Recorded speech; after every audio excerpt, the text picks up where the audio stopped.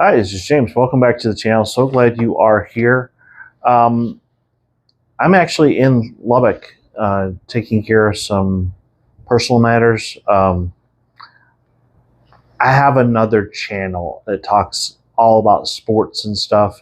It has nothing to do with ministry, and I'm here to take care of some stuff related to that.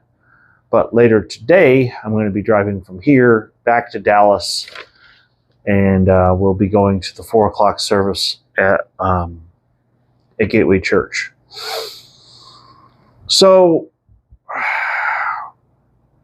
I do read people's comments, and I want you to understand, when I was sharing about, how could Gateway Church be growing even though clearly the senior pastor was hiding a sin, I was just being open and honest with you about how I felt, and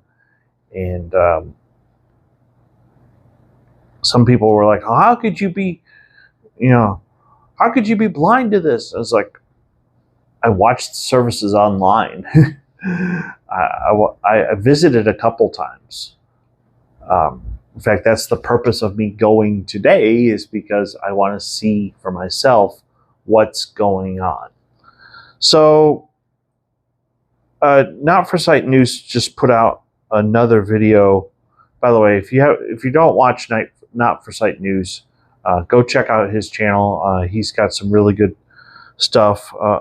Apparently, a young lady, and I mean young lady is in her 20s, and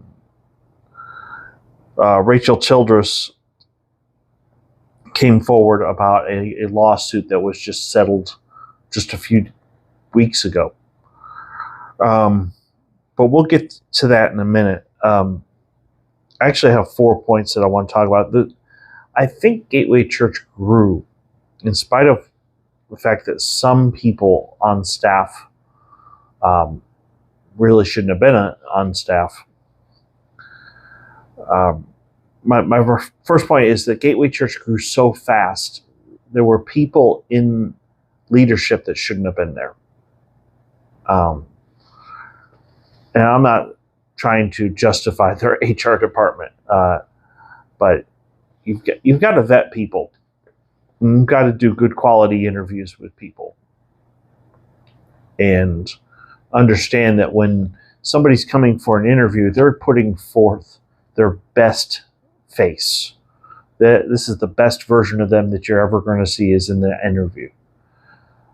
You've got to make phone calls. You've got to ask people, that know them. What is this person like when they're under stress? What is this person like when they're under a deadline? How do they respond when things don't go well?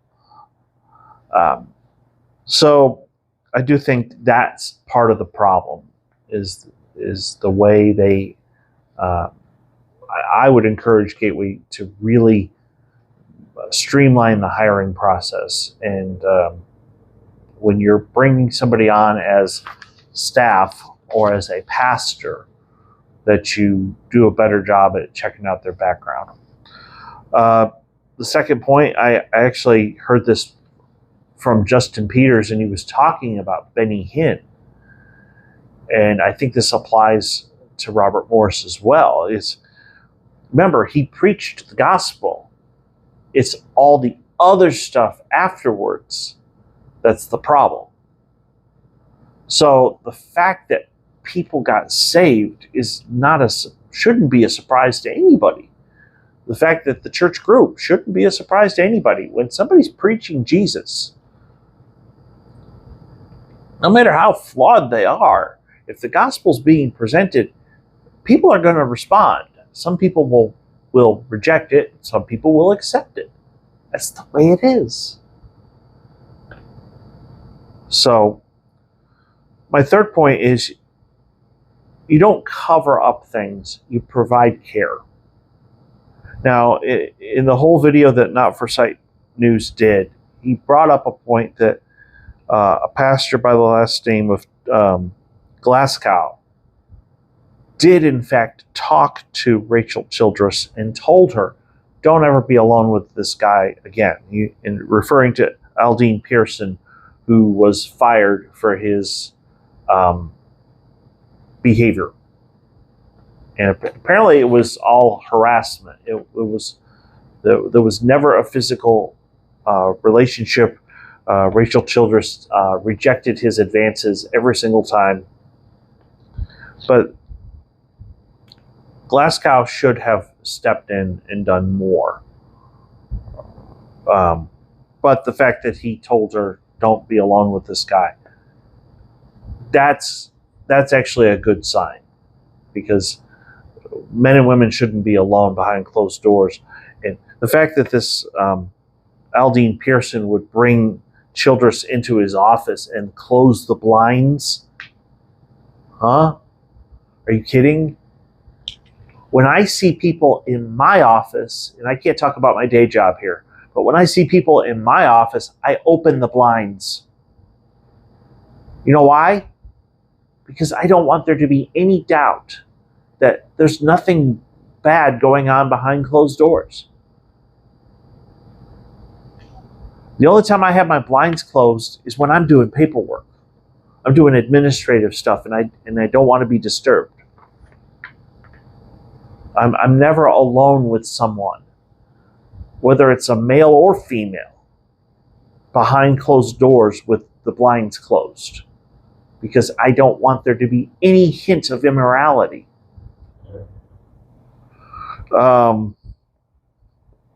And number 4, there needs to be continuous training. I am right now, and if I can get a hold of one of the pastors at Gateway when I go there, I am offering you my services for free. I would be more than happy to come and do a class on boundaries. I'm already working on the outline. This is like a rough draft of what I would talk about. Why do we need boundaries? As far as the leaders being above reproach, what situations do we need boundaries? When you're dealing with somebody of the opposite sex, when you're dealing with children, when you're counseling somebody of the opposite sex, your blinds need to be open, or your door should be cracked. I had one pastor tell me, and I've learned things by asking other ministers. What he would do is, the person he's counseling is over there, but the door would be cracked so his secretary could see him. And so there was no doubt in her mind that nothing bad was happening. That's the kind of stuff you do in order to be above reproach. And that's what ministers need to do. If you notice, all of these scandals, people compromise a little, then they compromise a little bit more, then they compromise a little bit more, then they compromise a little bit more, and then before you know it, they're in an immoral relationship that should not be. If they had nipped it in the bud at the beginning and had this attitude that I'm going to be above reproach, I am going to make it crystal clear that nothing bad is happening here, and have that mindset that, this is my body. I need to glorify God in all of my thoughts, words, and deeds. Stuff like this doesn't happen. So, anyway, I will be, like I said, in South Lake later this afternoon. So, we'll see what happens. If you are new, please hit like and subscribe. I do want to thank you for being here. Thank you for watching, and thank you so much to everybody who has subscribed. I knew the channel would grow, but I wasn't complaining to God. I just said, okay, God, I trust you, and we're at 500 subscribers. So thank you for watching. Thank you for joining this community. The whole point, I want to encourage people to be more like Jesus, and I want to show you what is a real minister versus a false teacher.